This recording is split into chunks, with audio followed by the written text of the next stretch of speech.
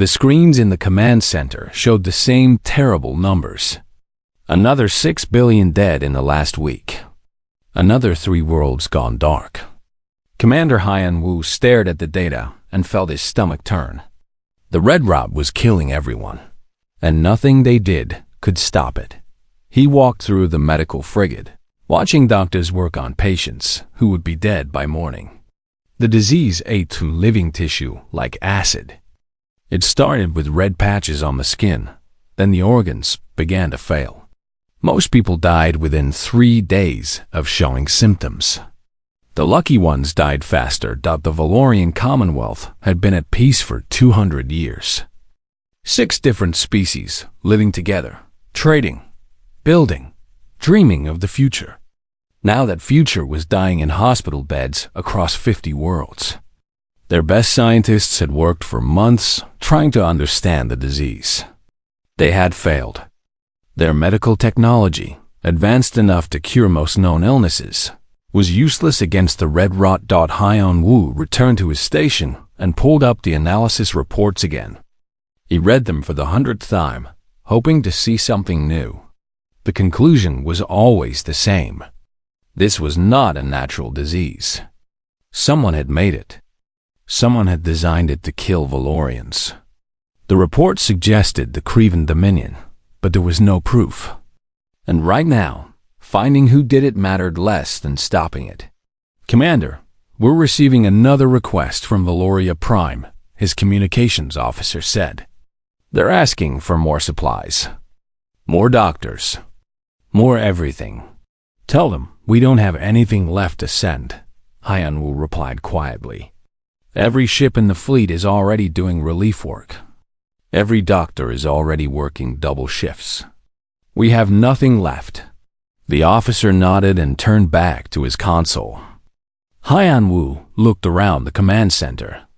His crew looked exhausted. They had been running emergency operations for 3 months straight. Many had lost family members to the plague. They all knew more would die soon. "Commander," another officer spoke up. "The High Council is asking if we should send out a general distress call." Haiyan Wu considered this. A distress call would go out to every spacefaring civilization within range. It would tell everyone that the Valorian Commonwealth was weak, dying, desperate. Pirates might come, scavengers, maybe even the ones who had released the plague in the first place. But what choice did they have? "Send it," he said. "Broadcast on all frequencies. Tell them we need medical assistance. Tell them we're willing to pay any price." The message was prepared and transmitted within the hour. It traveled through space at faster than light speeds, reaching distant systems, distant worlds, distant ears. Most who received it would ignore it. Some might file it away for future reference. A few might see it as an opportunity.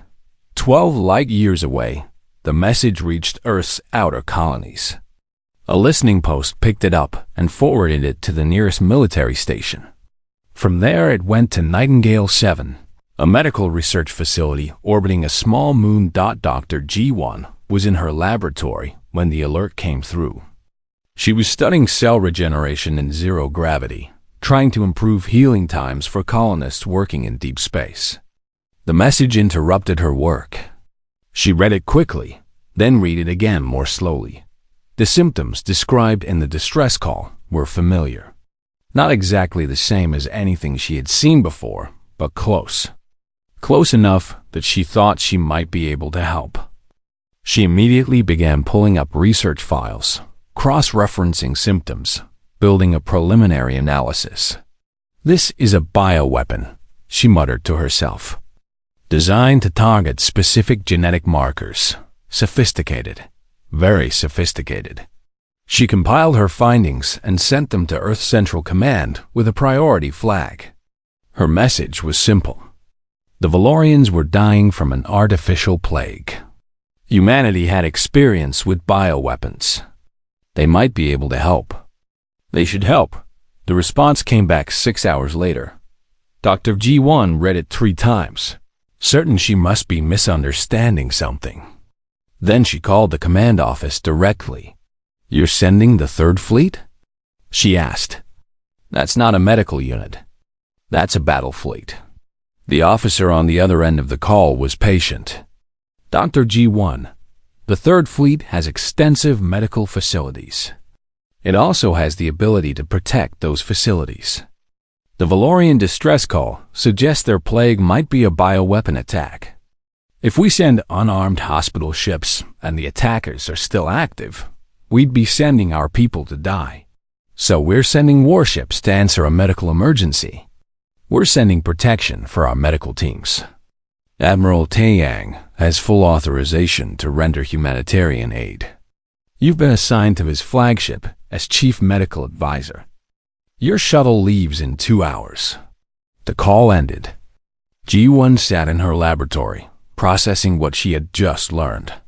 Humanity was going to help the Valorians, but they were going to do it their way. The Third Expeditionary Fleet began preparing for departure. 12 warships, each one a floating fortress bristling with weapons and armor. The dreadnought Indomitable Will served as the flagship. 2 carriers, Righteous Fury and Storm's Edge, carried hundreds of fighter craft.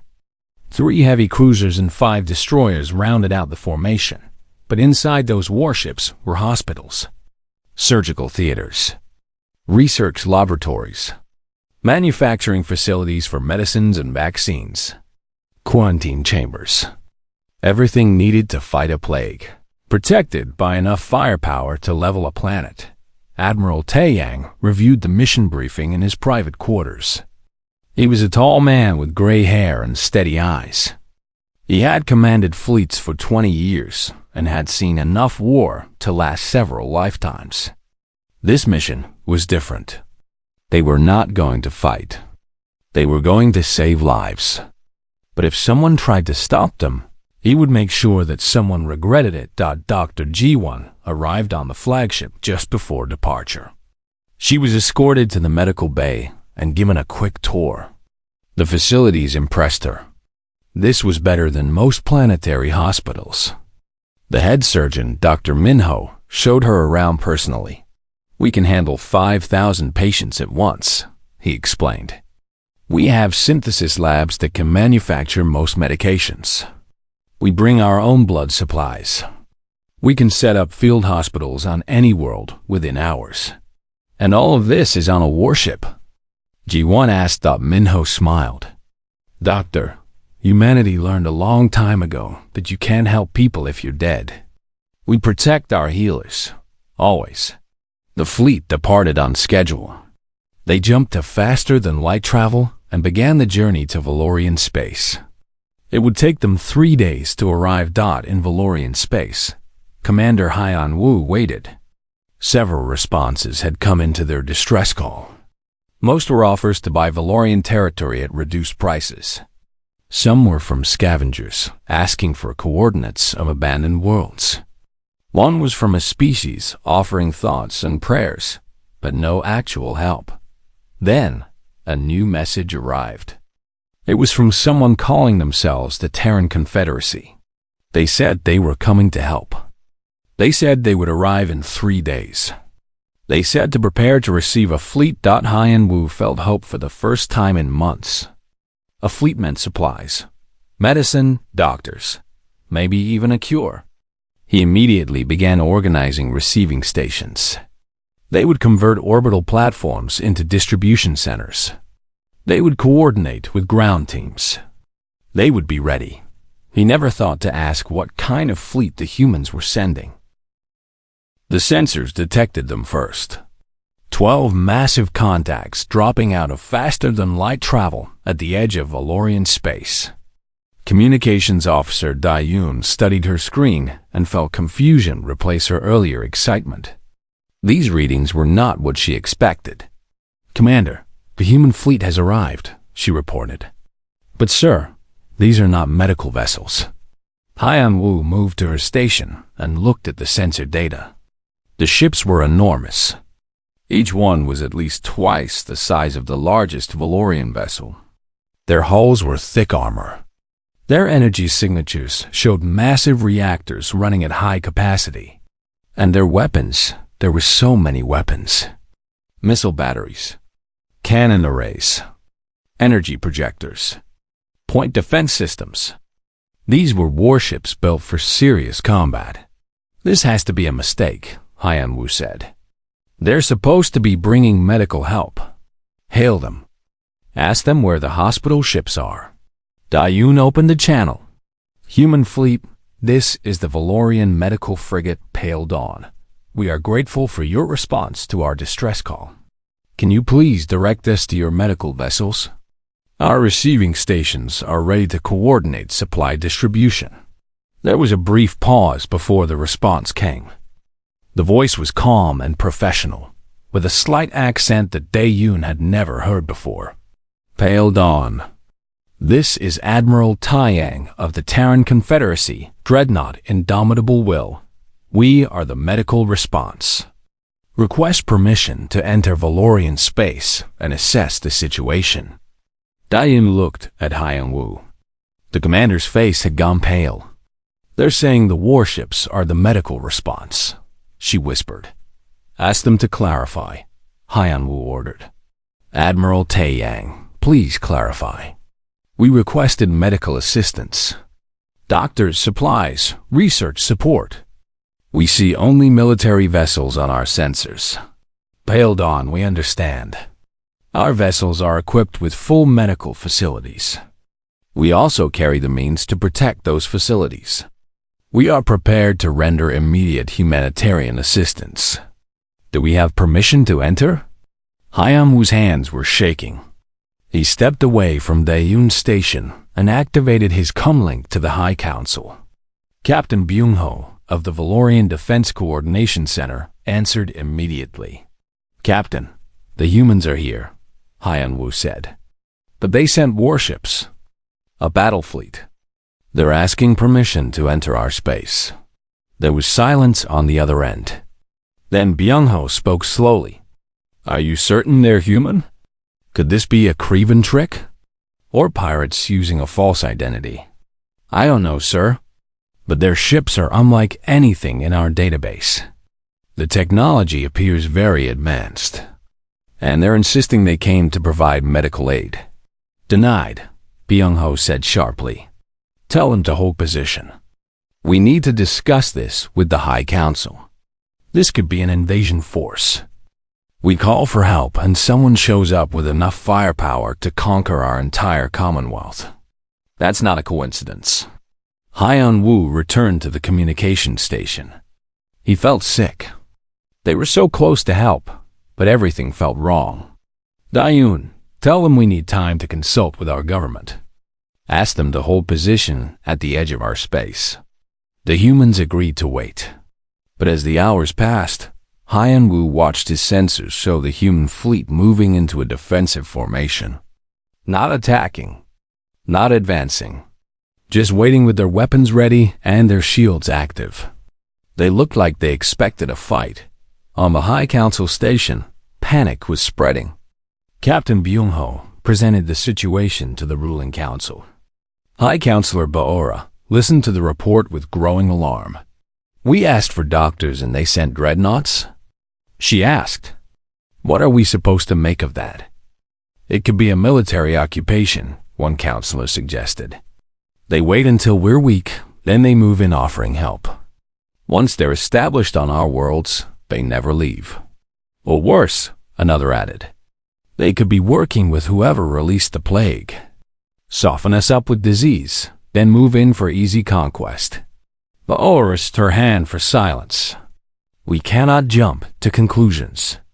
But we also cannot allow an unknown military force into our space when we're at our most vulnerable. What are our defensive capabilities? Byung-ho shook his head. Minimal.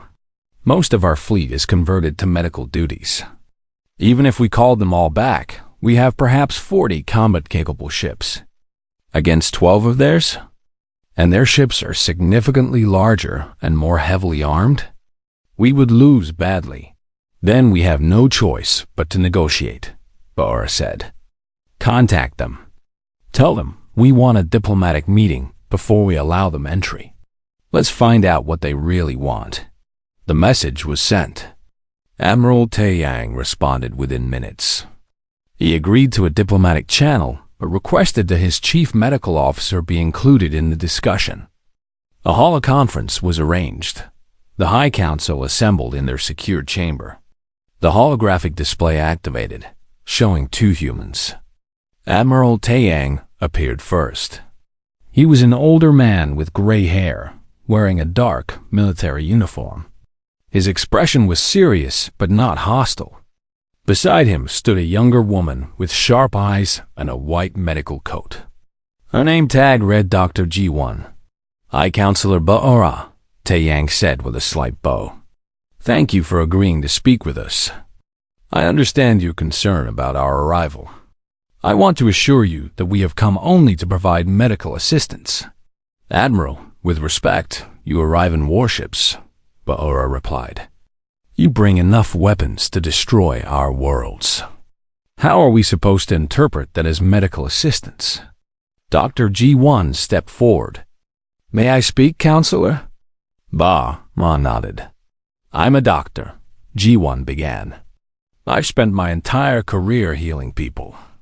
When I received your distress call, I wanted to help immediately. But I'm also human, and humans have a saying. We cannot heal the dead. If I travel to your worlds without protection and someone attacks, I die. My patients die. Everyone I could have saved dies. That is unacceptable." She brought up a holographic display showing the interior of one of the warships. It showed surgical theaters, research labs, rows of medical beds, and sophisticated equipment.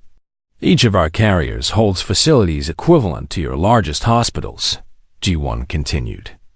"Our dreadnoughts have manufacturing capabilities to produce vaccines and medicines on an industrial scale. Our destroyers transport supplies and personnel. We bring everything you need. The weapons are only there to make sure we can do our jobs without interference." "But why would you need protection from interference?" a counselor asked. "Who would attack medical personnel?" "Whoever released the red rot in your population," G1 said quietly. "Our analysis confirms this is a bioweapon. Someone attacked you deliberately. Someone who might not want you to recover." The council chamber fell silent. They had suspected the plague was artificial, but hearing it confirmed was still shocking. Admiral Taeyang spoke again. "In human space, we learned long ago that medicine and military protection must work together. We've seen too many relief missions fail because the doctors were left defenseless. We've seen plague ships shot down by people who wanted the disease to spread. We've seen medical stations bombed by enemies who wanted their targets to die without treatment. So now, when we deploy medical teams, we deploy military protection alongside them, always. And if we refuse entry?" Byung-ho asked. "What then?" "Then we respect your decision and leave," Taeyang said simply. "We don't force our help on anyone. But I will tell you honestly, from what we've analyzed of your plague, you have perhaps 2 months before total systemic collapse. Your medical infrastructure is failing. Your population is dying faster than you can count the dead. We can help. We want to help. But the choice is yours." Baora looked at her fellow counselors. She saw fear in their eyes. Fear of the plague. Fear of the humans. Fear of making the wrong choice. But she also saw something else. Desperation. They were dying, and they all knew it.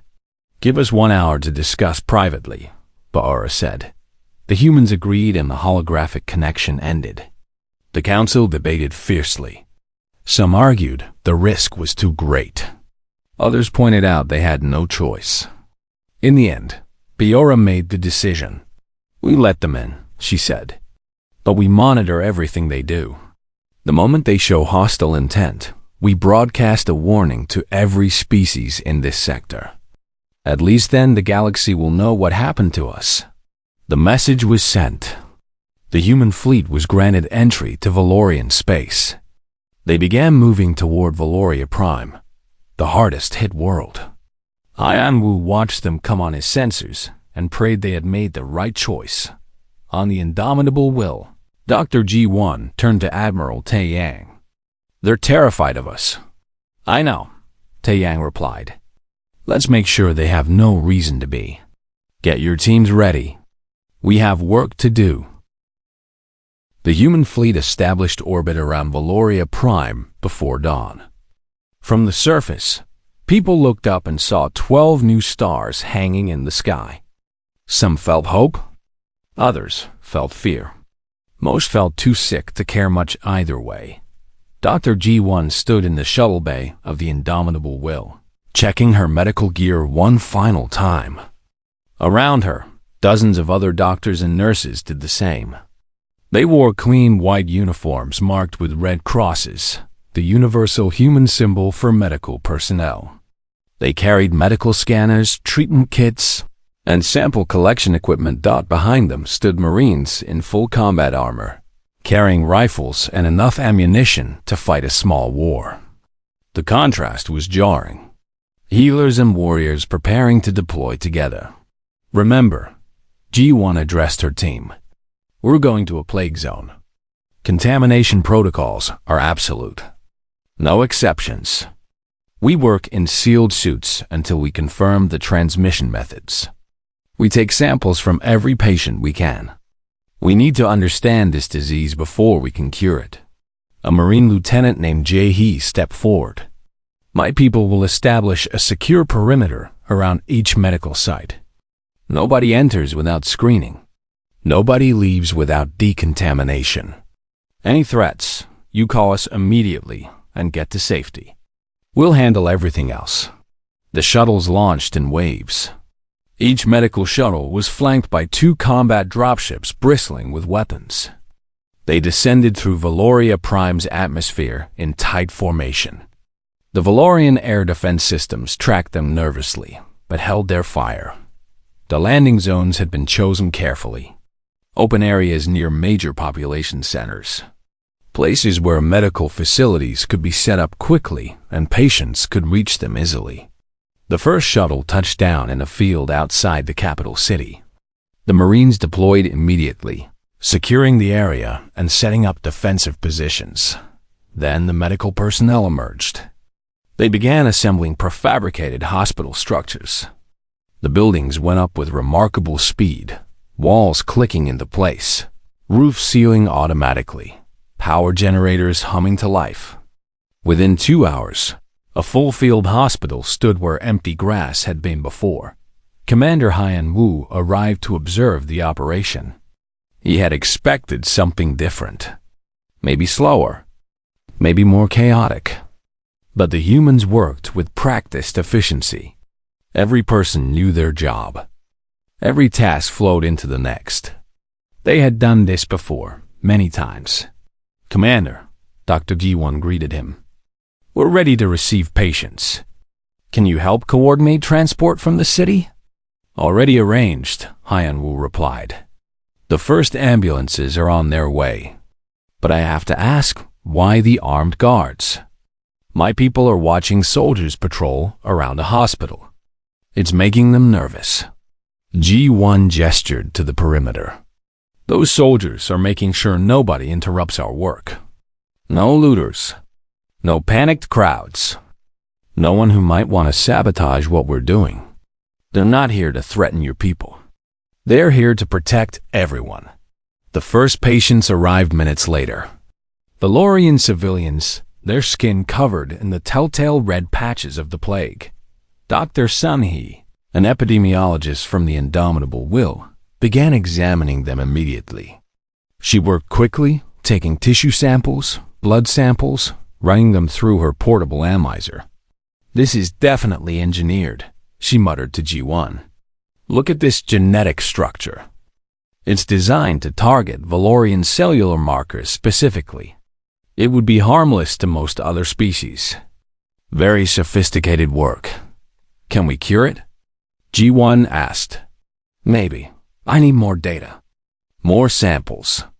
And I need access to the medical records from when this first started spreading." Patient Zero would be incredibly valuable information. Dr. Minho was already operating on a critical patient. The red rot had destroyed the patient's liver and kidneys. In a normal Valorian hospital, this patient would die within hours. But Minho worked with tools the Valorians had never seen. Cellular regenerators, synthetic organ tissue, genetic repair sequences. The surgery took 6 hours, but the patient survived. Word spread quickly. The human doctors could save people that Valorian medicine had given up on. More patients came. Then more. The field hospital was overwhelmed within a day. Admiral Taeyang responded by deploying 2 more field hospitals and tripling the medical staff on the ground. Up in orbit. The research teams worked around the clock.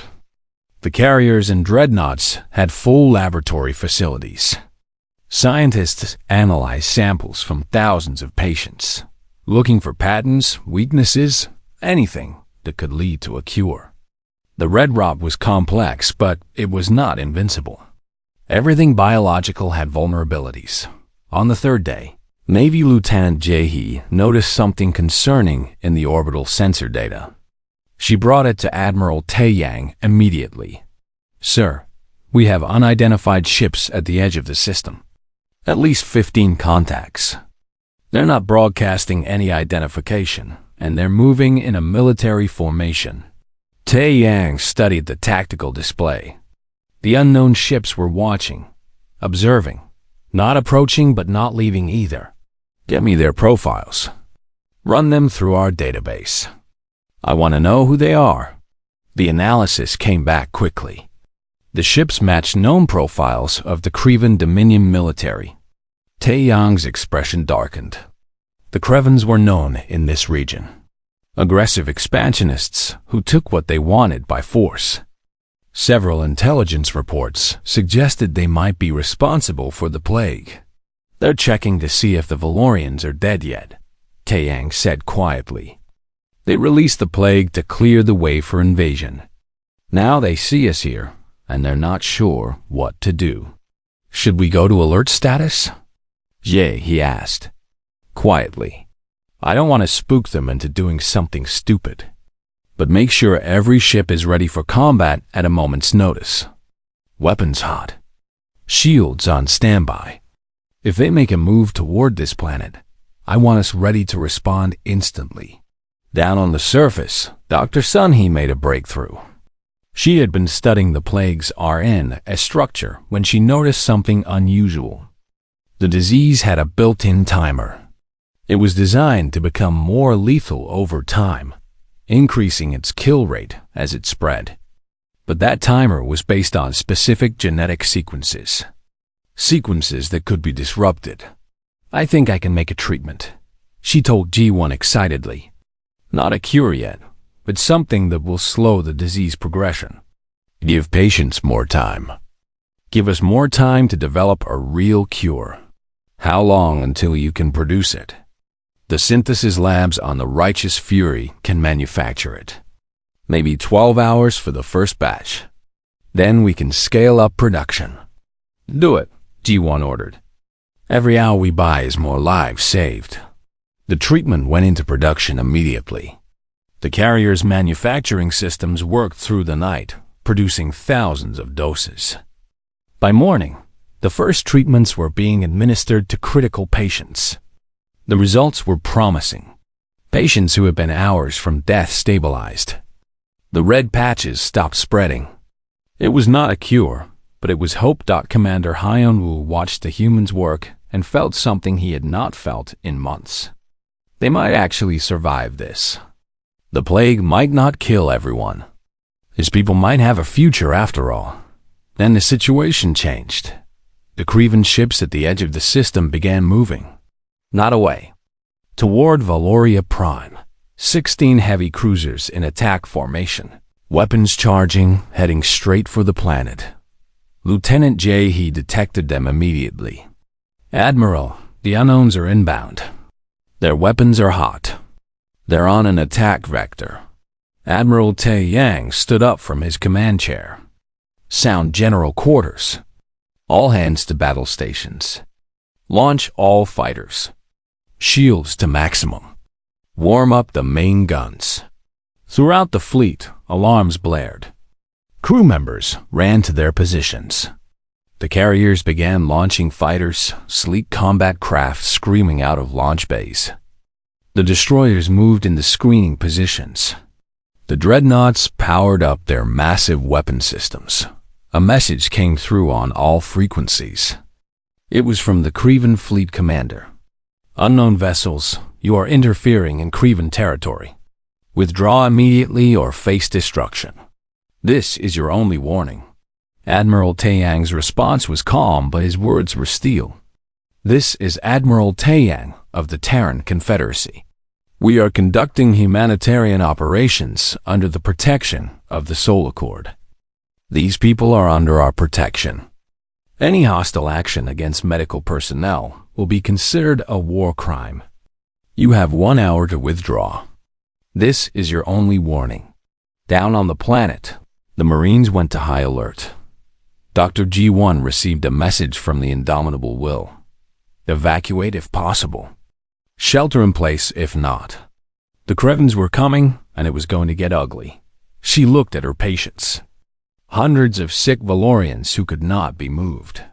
She looked at her staff. Doctors and nurses who had come here to save lives. She made her decision. We're not evacuating, she announced. We have patients who can't be moved. We stay and we keep working. The fleet will handle the rest. The Crevan fleet continued its approach. Commander Hyan Wu watched from his medical frigate, powerless to do anything.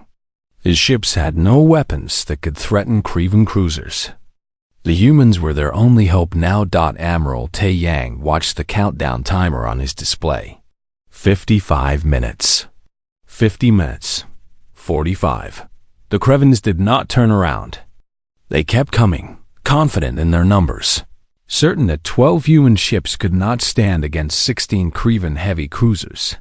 They were about to learn just how wrong they were. The hour expired. The Crevan fleet continued its approach toward Valoria Prime. Warlord Victor commanded the attack force from his flagship, a massive heavy cruiser bristling with weapons. He felt confident. His intelligence reports had indicated the humans were a minor species, probably mercenaries hired by the Valorians in desperation. 12 ships against 16. The math favored him heavily. He had not expected the Valorians to find help before the plague finished its work. But no matter. He would destroy these human ships, then continue with the invasion. The Valorian Commonwealth was dying. It would belong to the Crevan Dominion within a month. All ships maintain attack formation, Victor ordered. Target the largest human vessels first. Concentrate fire. Destroy them quickly, and the smaller ships will flee. In the command center of the indomitable will, Admiral Taeyang watched the tactical display with calm eyes.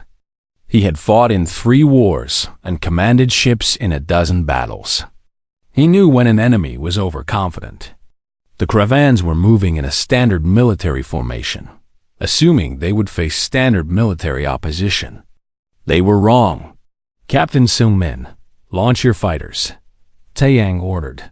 On the carrier Righteous Fury, Captain Sung-min gave the launch command.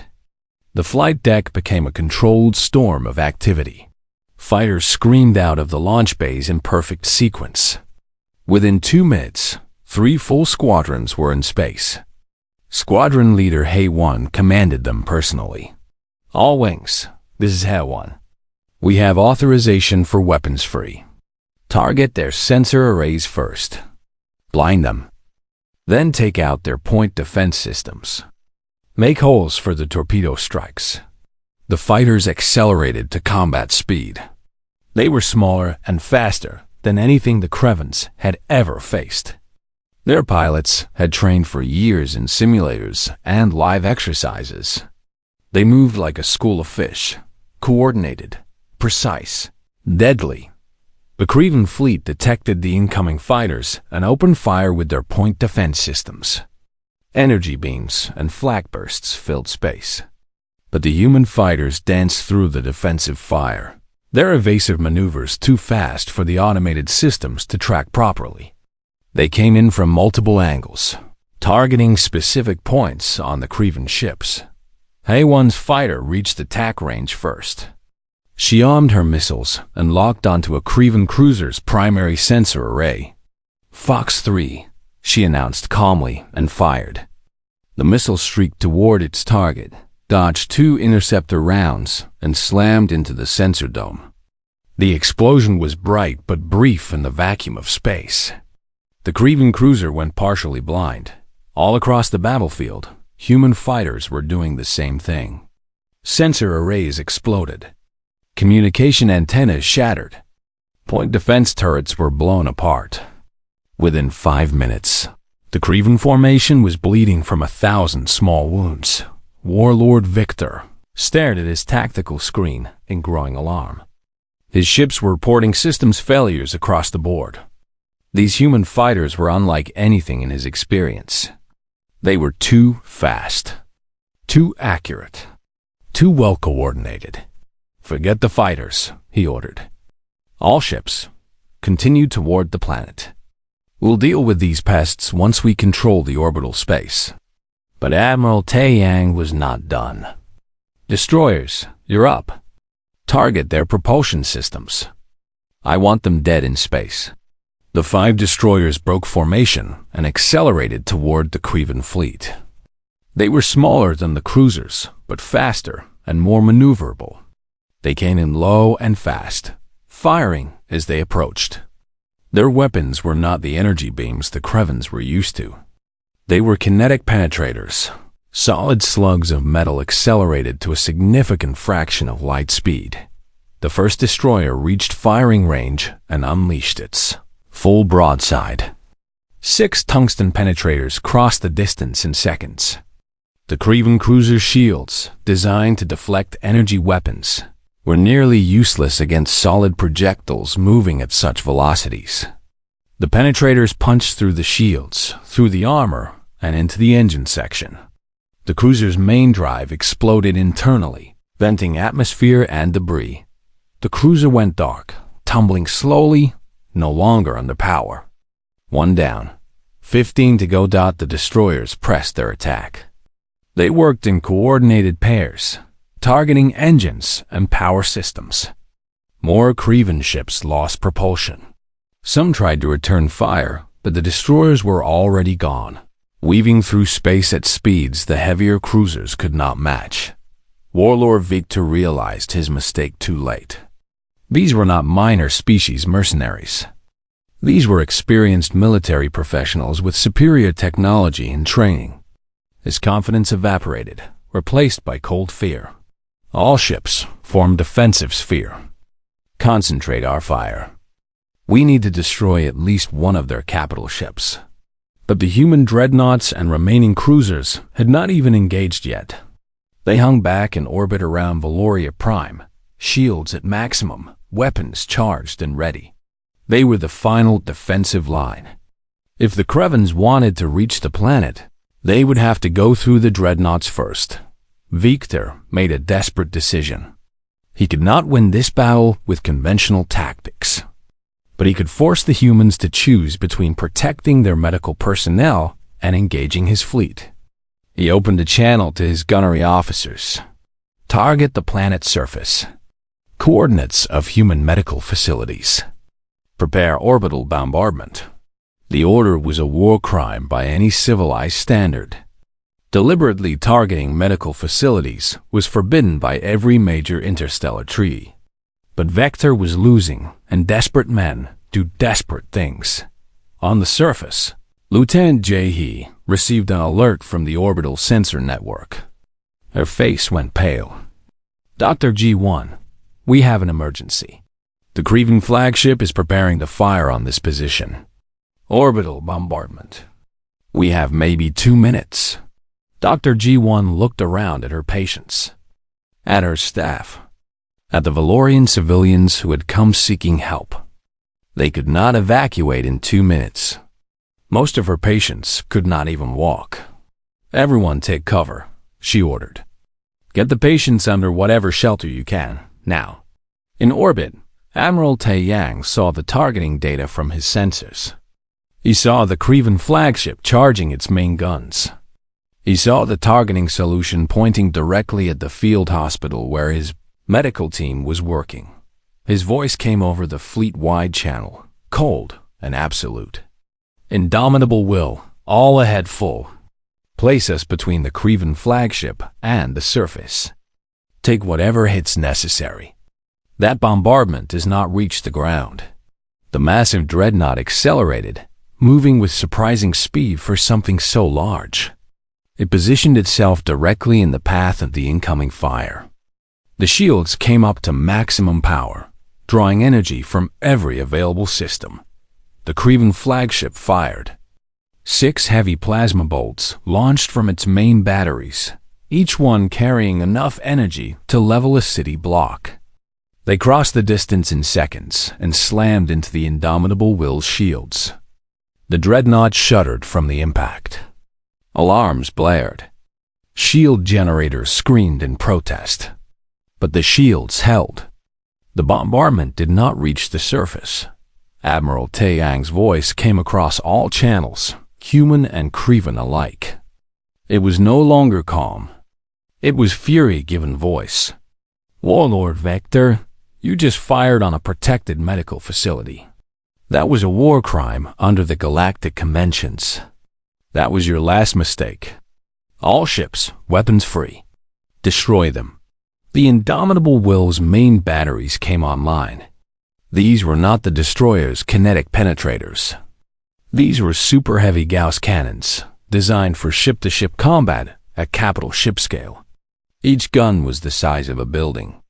Each shot carried more kinetic energy than a tactical nuclear weapon. The targeting computers locked onto the Kreven flagship. The guns fired in sequence, the recoil so massive that even the dreadnought shifted position slightly. 3 solid slugs, each one weighing several tons, accelerated to impossible speeds. The Kreven flagship shields came up. They had been designed to stop energy weapons, maybe even some kinetic projectiles. They were not designed to stop what was coming at them now. The first slug hit the shields and shattered them completely. The second slug punched through the armor plating like paper. The third slug went straight through the ship from bow to stern, creating a tunnel of destruction through every deck. Secondary explosions rippled along the cruiser's length. Atmosphere vented. The reactor went critical. Within 10 seconds, the flagship was expanding debris and escaping air. Warlord Vector died without even realizing what had happened. One moment he was in his command center. The next moment there was just fire and vacuum and death. The second dreadnought, Unbreakable Oath, commanded by Captain Yunji, engaged the remaining Kreven cruisers. Its broadside weapons fired in a coordinated pattern, targeting 3 ships simultaneously. The results were devastating. Kreven armor, designed to resist energy weapons, was torn apart by the kinetic onslaught. Squadron leader Haewon's fighters moved in for the kill, targeting the crippled vessels, making sure they posed no further threat. The destroyers continued their work, systematically disabling any ship that still had functioning weapons. In 20 minutes, it was over. The Kreven attack fleet was destroyed. 11 ships were expanding debris clouds. 4 were disabled, drifting hulks with no power and minimal life support. The last one, a cruiser that had been at the rear of the formation, was trying to flee, but its engines were damaged. It would not get far. Admiral Taiyang broadcast on all frequencies. Kreven vessel, this is Admiral Taiyang. You are under arrest for war crimes. The work continued for another 3 weeks. With the Kreven threat eliminated, the human medical teams could focus entirely on curing the plague. Dr. Sunhee and her research team worked around the clock in the laboratories. Aboard the Righteous Fury, they had the treatment that slowed the disease. Now, they needed the cure. The breakthrough came on day 16. Sun He was examining the genetic structure of the red rot for the 1000th time when she saw it. A weakness in the RNA replication sequence. A specific genetic marker that could be targeted with modified antibodies. She ran the simulation 3 times to be certain, then called Dr. G1 immediately. "I think I have it," Sun He said, her voice trembling with exhaustion and excitement. "A cure, not just treatment, an actual cure. The antibodies will attack the plague at the genetic level, break down its ability to replicate, allow the body's immune system to clean up the remaining infection." "How certain are you?" G1 asked. 90%. Maybe 95. The simulations look perfect. But we need to test it on actual patients before we can be sure. "Get me everything you have. I'll coordinate with the Valorian medical authorities. We'll start trials immediately." The trials began with 5 volunteer patients, all of them in advanced stages of the disease. They had been given the treatment that slowed the plague, but they were still dying, just more slowly. They had nothing to lose by trying an experimental cure. Dr. Minho administered the first dose himself. The modified antibodies were injected directly into the bloodstream. Then they waited. Hours passed. Then a day. Then 2 days. The results began showing on the 3rd day. The red patches on the patient's skin began to fade. Their organ function improved. Blood tests showed the plague's presence declining rapidly. By day 7, all 5 patients were showing dramatic improvement. By day 10, 3 of them were plague-free. By day 14, all 5 had recovered completely. The cure worked. Production began immediately. The human fleet's manufacturing facilities went to full capacity, producing millions of doses. The carriers, the dreadnoughts, even the destroyers contributed their synthesis capabilities. Within a week, they had enough cure for every infected person on Valoria Prime. Within 2 weeks, enough for every infected person in the Valorian Commonwealth. Distribution became a massive operation. Human medical shuttles flew to every major city, every town, every settlement. Valorian health workers were trained to administer the cure. Field hospitals that had been treating symptoms became distribution centers for the cure. The plague that had threatened to destroy an entire civilization was being systematically eliminated. Commander Hyan Wu stood in one of the distribution centers, watching Valorian doctors administer the cure to long lines of patients. He still could hardly believe it. 3 months ago, his people had been facing extinction. Now they had a future again. All because the humans had answered their distress call. A message came through on his communicator. The High Council was requesting his presence for a formal ceremony. He was to bring Admiral Taeyang and Dr. Ji-won if they were available. Hyan Wu contacted the Indomitable Will and passed along the invitation. Both agreed to attend. The ceremony was held in the capital city's main government building. High Counselor Baora had insisted on making it a proper occasion. The hall was decorated with flowers, a traditional Valorian symbol of renewal and hope. Representatives from all 6 species of the Commonwealth were present. Admiral Taeyang and Dr. Ji-won arrived in a shuttle, escorted down to the surface by the now familiar pattern of protective fighters. They wore their formal uniforms, clean and pressed. Taeyang wore his military dress uniform with its rows of medals. Ji-won wore a simple white medical uniform with the Red Cross prominently displayed. The hall fell silent as they entered. Every eye turned to watch the humans walk down the central aisle. Bajvara stood at the front waiting. When Taeyang and Ji-won reached her, she bowed deeply in the Valorian manner of showing profound respect. Admiral Taeyang. Dr. Ji-won, on behalf of the Valorian Commonwealth and all its people, I offer our deepest gratitude. You came when we called. You brought hope when we had none. You protected us when we could not protect ourselves. You saved our civilization. Tae Yang bowed in return. High Counselor, we did only what any decent civilization should do. You needed help. We were able to provide it. No thanks are necessary. But we must thank you, Bora insisted. And we must acknowledge that we did not fully trust you at first. We saw your warships and feared invasion. We were wrong. We did not understand. Commander Hyan Wu stepped forward. I was among those who doubted. I saw your battle fleet and thought you had come to conquer us while we were weak. I want to apologize for that doubt. And I want to ask, why do you do this? Why answer a distress call from strangers with such force? Why save people you have never met? Dr. G1 spoke, her voice clear and strong. Because we believe that if you have the ability to help and choose not to, you are no better than those who caused the suffering. We saw your message. We saw your people dying. We had the medical knowledge to help. We had the technology to cure the plague. What kind of people would we be if we simply ignored that? But the warships, another counselor asked. Why bring so much military force to a medical mission? Admiral Tae Yang answered this time. Because we learned long ago that medicine means nothing if the patient dies before treatment arrives. Your distress call mentioned the possibility of a bioweapon attack. That meant someone might try to prevent you from receiving help. We could not allow that. So we brought both doctors and ships. Both medicines and weapons. We brought everything needed to ensure our medical teams could do their work without interference. And the Krevens? Hyan Wu asked. You destroyed an entire fleet to protect us.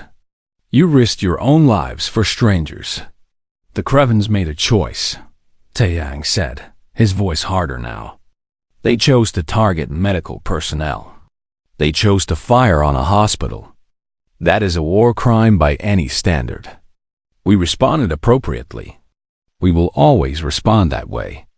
Medical personnel are sacred. Hospitals are sacred.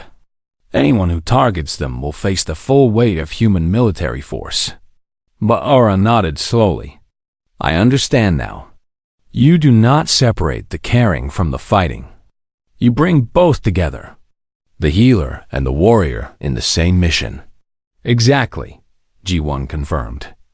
In human culture, we have a saying. The strongest warrior is the one who fights to protect, not to conquer. The best doctor is the one who can work anywhere, even in a war zone. We combine these philosophies. We heal, but we also protect those we heal, always.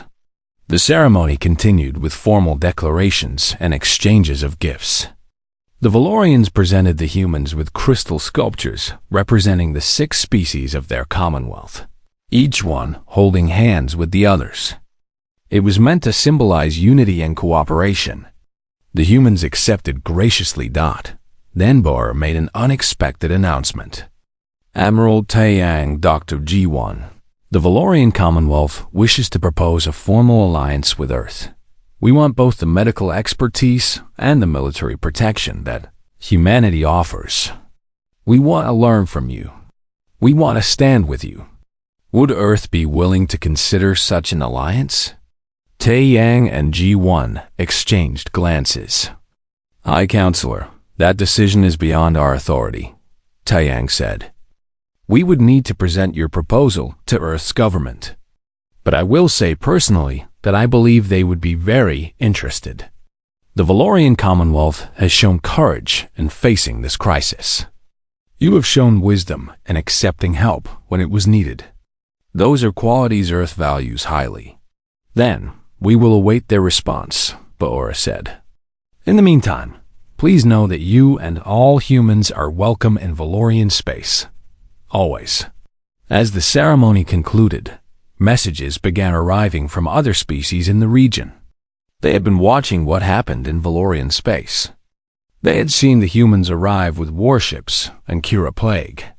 They had seen the Kreven fleet destroyed when it tried to interfere with medical operations. Now they wanted to know more about this species that answered distress calls with dreadnoughts. Diplomatic, Inquiries came from a dozen different governments. Some wanted trade agreements. Some wanted mutual defense pacts. Some just wanted to establish communications. Earth's diplomatic corps suddenly had a great deal of work to do, back on the indomitable will. Lieutenant Jahe prepared her final intelligence report on the mission. The Crevan Dominion had fractured after the loss of their fleet. Multiple internal factions were fighting for control. The surrounding sectors were more stable than they had been in decades.